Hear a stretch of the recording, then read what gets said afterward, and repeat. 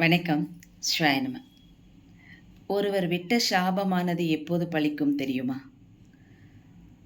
உங்களுடைய நேரம் காலம் சரியாக இல்லாத நேரத்தில் நடக்கக்கூடிய மகா திசை உங்களுக்கு பாதகமாக இருக்கக்கூடிய நேரத்தில் கண்டிப்பாக ஒருவர் விட்ட சாபம் கர்மமானது கண்டிப்பாக பலித்தே தீரும்.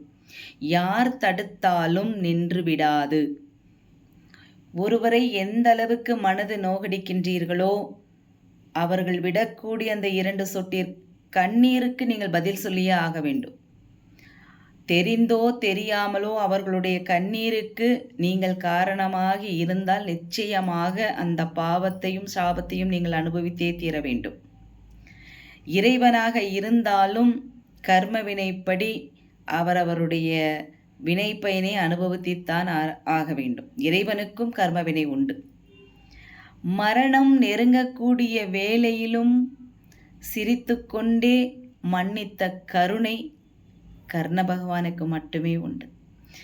கர்ணர் மட்டுமே மன்னிக்கக்கூடிய பக்குவத்தை, மற்றவர்களை மன்னிக்கக்கூடிய பக்குவத்தை பெற்றிருந்தார். மன்னிக்கக்கூடிய அருளை பெற்றிருந்தார். அதுதான் அவருடைய தயால குணம். இறைவனாக இருந்தாலும் விதி வலியது, யாராக இருந்தாலும் விதி விடாது என்பது உண்மை.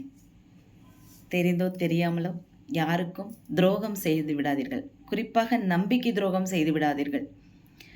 சரியான நேரம் வரும் பொழுது அதற்குண்டான பலனை பாவமாக இருந்தாலும் சரி, புண்ணியமாக இருந்தாலும் சரி அனுபவிக்கக்கூடிய சூழ்நிலை வந்தே தீரும். யாரையும் கஷ்டப்படுத்திடாதீங்க. சிவாய நம.